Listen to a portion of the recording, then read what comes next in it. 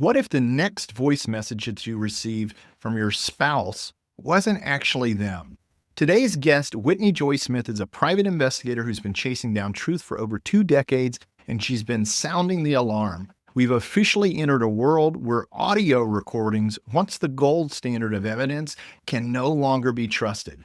Whitney leads one of Canada's top investigative agencies specializing in fraud, digital forensics, and deception detection. But her real superpower is spotting what's missing. Micro expressions, gut instincts, the imperfect human truths that AI still can't fake. In this episode, we'll talk about deepfakes, the erosion of trust, and what it takes to protect your identity and your judgment in an age of digital manipulation. This is more than an episode about technology. It's a conversation about staying human when the lines between real and artificial keep blurring. Let's jump right in. Whitney, thank you so much for being on the show today.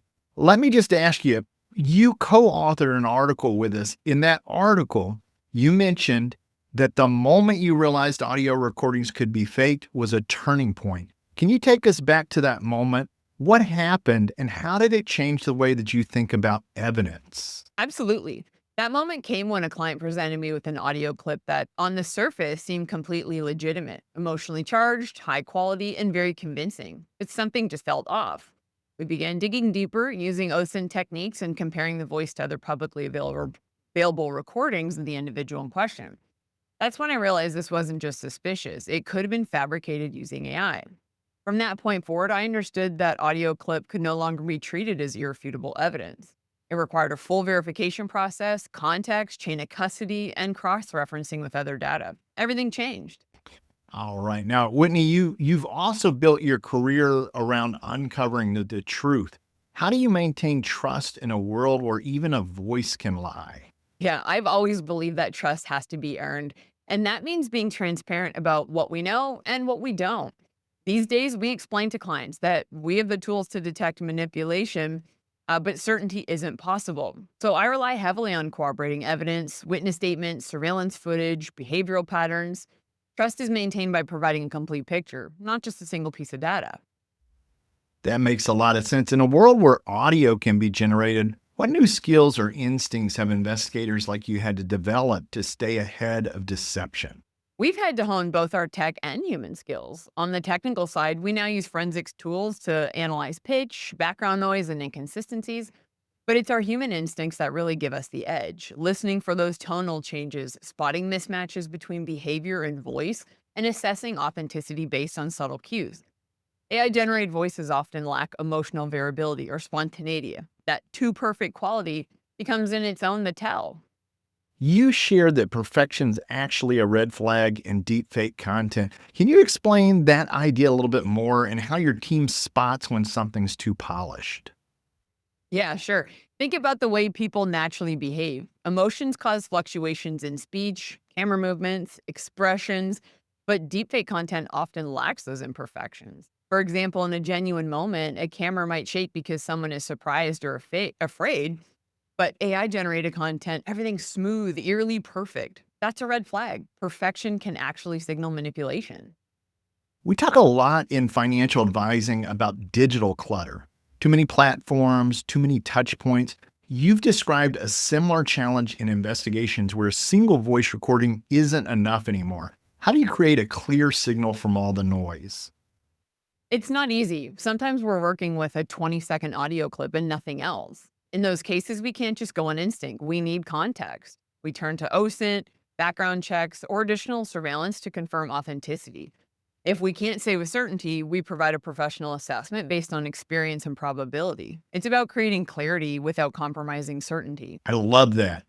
What you said about micro expressions and inconsistencies in human behavior being difficult for AI to replicate. Do you think those human tells will always be our edge in the age of artificial intelligence? Yes, I do. AI might be getting better at mimicking speech or facial expressions, but it still struggles with the unpredictable nuances of human behavior.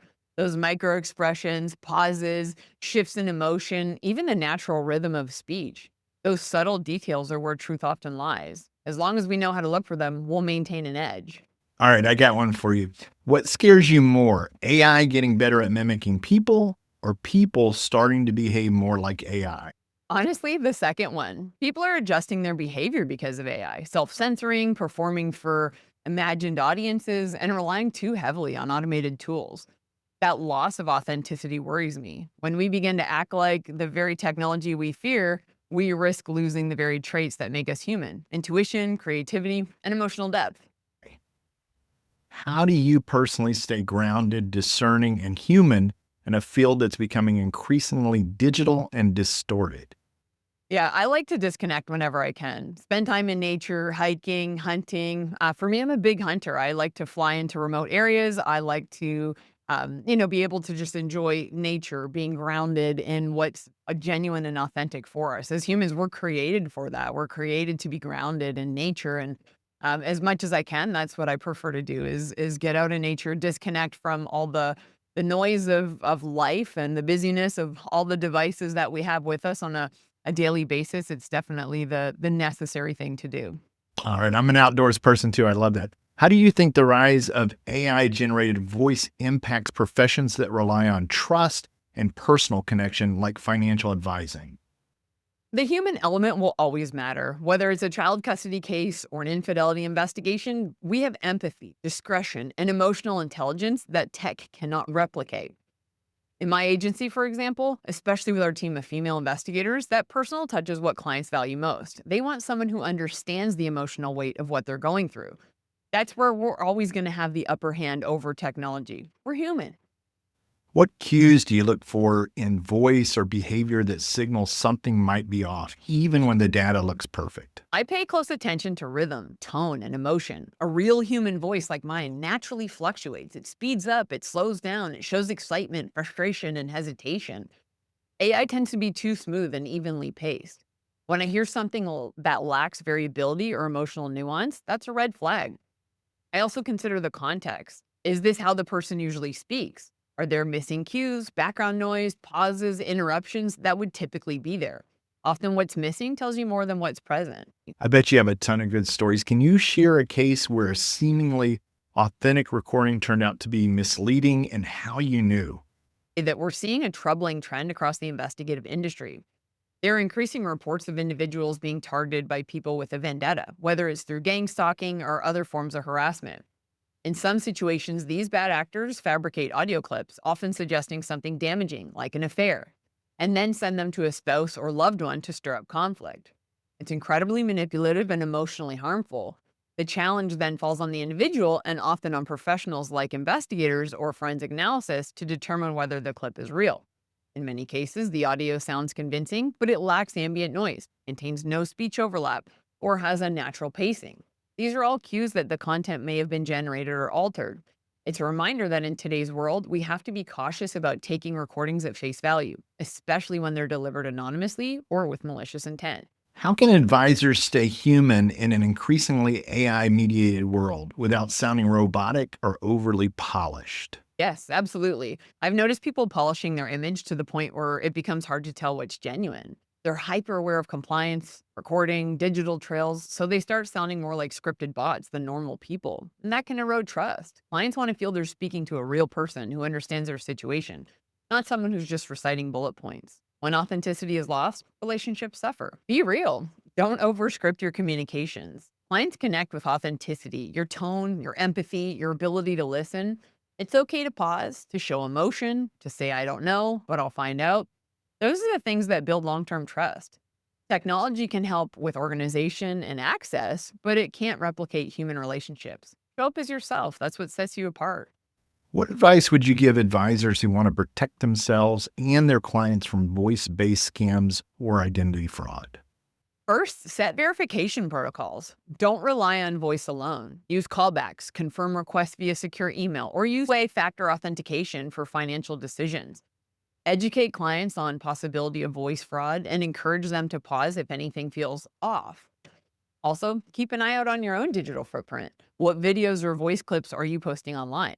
The less publicly available audio there is, the harder it is for someone to clone your voice. And finally, trust your gut. If something doesn't feel right, investigate further. Don't rush. Now, you've talked before about how people self censor when they think they're recorded, right? Do you see this happening in other industries like finance, and how does it affect trust? Yeah.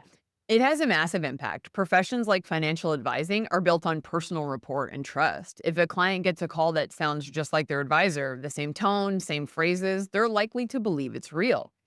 That opens the door to dangerous fraud. Voice cloning makes it harder to rely on what used to be a very personal connection. So it's no longer just about what's being said, but how it's said, when and through what channels. And scammers are also going to try and convince you that the person is real. They use manipulation and scare tactics to get you to feel scared or pressured into making quick decisions. My grandma a few months ago had a call from a male who started the phone call off by saying, "Grandma, I'm in jail and I need your help." Now, this wasn't a real family member, but my grandma got scared. She immediately lost all sense of perception and reality and was asking him who it was. He just kept saying, "Grandma, you know who I am." And then she was like, "No, I don't know who you are." And so she started rhyming off names until the scammer felt that was the right one to go with. And he said, "Yes, it's me." And she said my cousin's name. And then he said, "Yeah, that's me." He then proceeded to ask her for a credit card to get him out of jail. He kept saying, "Don't tell my dad. He's going to kill me. Grandma, please don't tell him."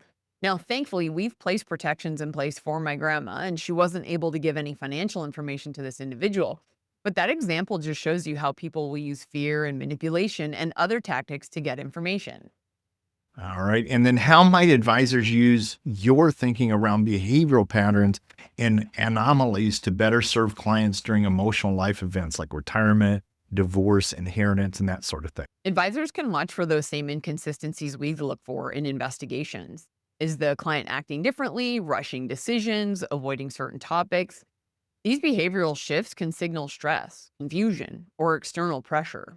During emotional life events, it's especially important to slow things down and really observe not just what clients are saying, but how they're saying it. That's where empathy and intuition become powerful tools. Just like an investigation, the anomalies often point to deeper truth. Hey, thank you so much for being on the show today.